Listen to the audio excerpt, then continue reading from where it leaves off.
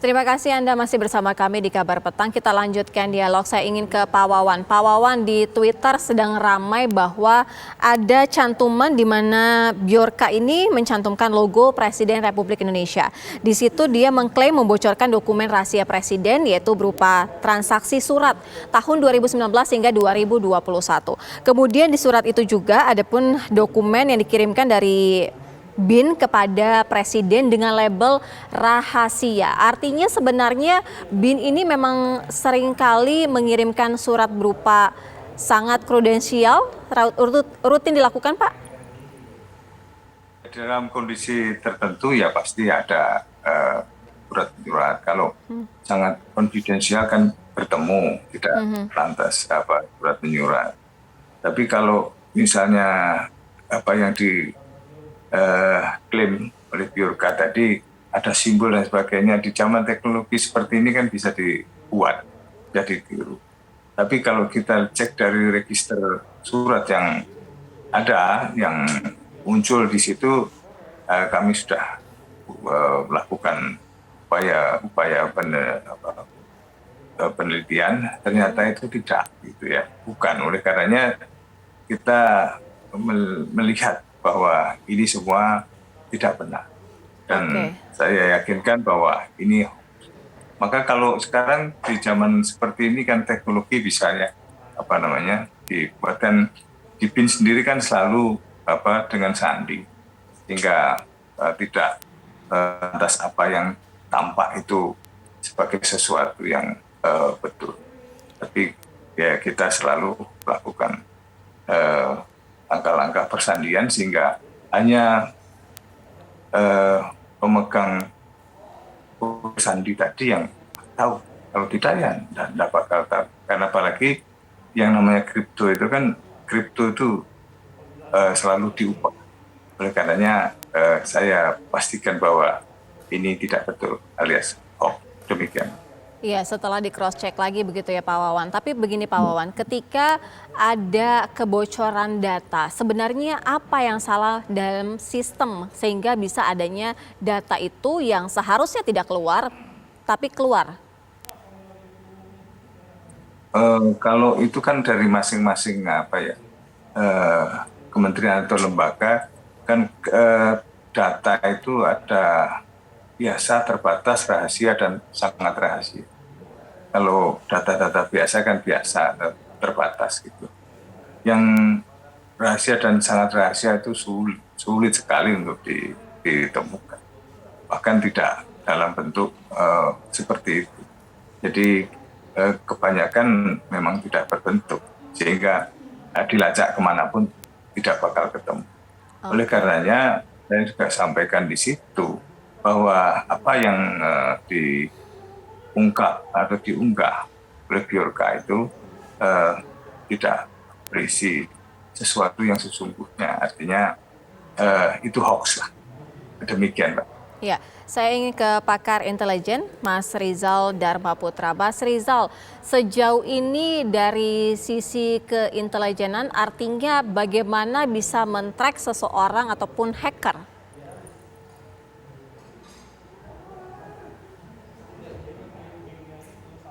Mas Rizal. Baik, kita ke Mas Dev. Mas Dev, langkah apa yang paling tidak harus segera dilakukan sehingga tidak ada lagi yang namanya hacker yang menyatakan bahwa data-data penduduk Indonesia sampai dengan Presiden ini tersebar? Ya, jadi ini kan salah satu poin daripada Undang-Undang PDP adalah untuk membentuknya PDN atau Pusat Data Nasional. Nah, kalau sekarang ini kan masing-masing KL itu kan memiliki Pusdatin, Pusat Data dan Informasi, dan dengan digabungnya menjadi satu, dengan adanya SOP mulai dari penyimpanan data, pengiriman data, dan juga firewall yang berlapis. Dan itu juga saling berkaitan untuk meningkatkan kemampuan dan juga pengamanan data yang tersimpan.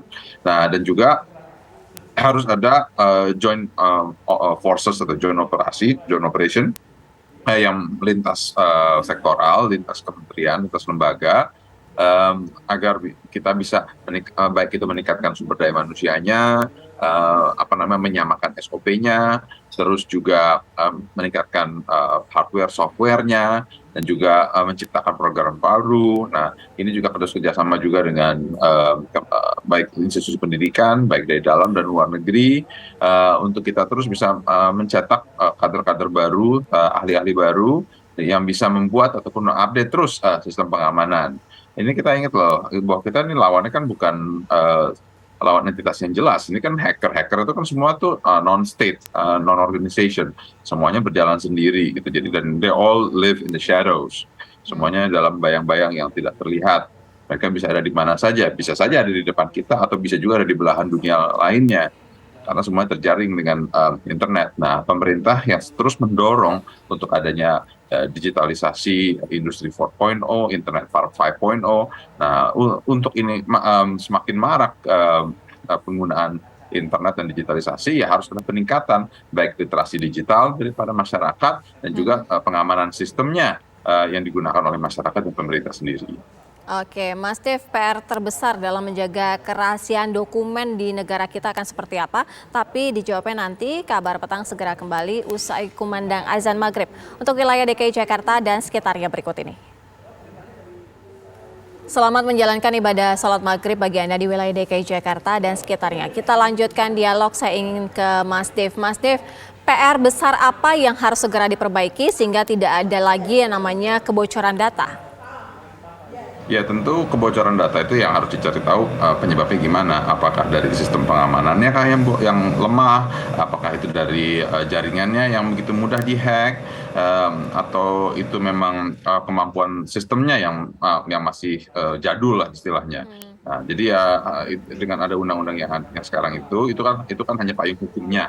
Tapi yang penting itu kan gimana cara menjalankannya. Nah, dan juga ketegasan sikap dari pemerintah dan juga seriusan dari pemerintah, baik dari sisi selain regulasi juga dari sisi peningkatan kemampuan dan juga perlengkapannya, peralatannya, sumber manusianya, dan juga kebijakan anggarannya, sehingga hal ini dapat benar-benar ditelusuri permasalahan di mana dan juga dapat dijawab, dan juga ke depannya itu hal ini tidak akan terulang kembali. Iya. Pak Wawan, sejauh ini langkah apa yang paling konkret untuk mencegah tidak ada lagi yang namanya hacker leluasa membocorkan data ataupun dokumen? Iya, tentu saja awareness of security terus muncul dari diri kita semua. Kita harus sadari bahwa apa yang semestinya kita simpan baik-baik, ya tentu ini berbeda dengan apa yang nilainya tadi, ada 4, ada biasa, terbatas, rahasia, dan sangat rahasia. Kalau semuanya sudah security minded, insya Allah dia akan menentukan sendiri apa yang sikap yang mesti dimainkan. Sebab kita tidak ingin ada satu jejak, meninggalkan jejak, sesuatu yang bisa di-trace, apalagi di dunia maya sekarang kan mudah dilacak. Oleh karenanya kita juga benahi di samping SDM-nya secara paripurna terus dikembangkan, teknologinya juga kita terus kembangkan, di mana kita riset dan development-nya terus digenjot. Sebab kalau kita hanya mengandalkan teknologi dari luar yang pabrikannya tentu juga tahu kelemahan, tapi dengan pengembangan juga di sini riset dan development yang kuat, maka insya Allah kita akan mampu menciptakan chip-chip yang lebih sulit untuk dicecak. Kalaupun misalnya terjadi sesuatu, ya maka data yang bukan sesungguhnya yang bisa mereka raih, data abal-abal. Maka dari 4 layering data tadi, paling mereka akan memperoleh bukan sarinya. Yep. Tapi hanya kulit-kulit yang tidak bernilai, ya bukan data A1 misalnya. Mereka hanya kulit-kulit yang seperti inilah yang mesti diciptakan. Dan kita dari negeri kita ini kan kita sendiri yang mengatur, kita sendiri yang menciptakan undang-undangnya, maka kembali kepada semua stakeholder yang ada untuk bertanggung jawab sekarang maupun yang akan datang. Demikian. Baik. Mas Rizal, intelijen harus berperan seperti apa sehingga bisa melawan hacker?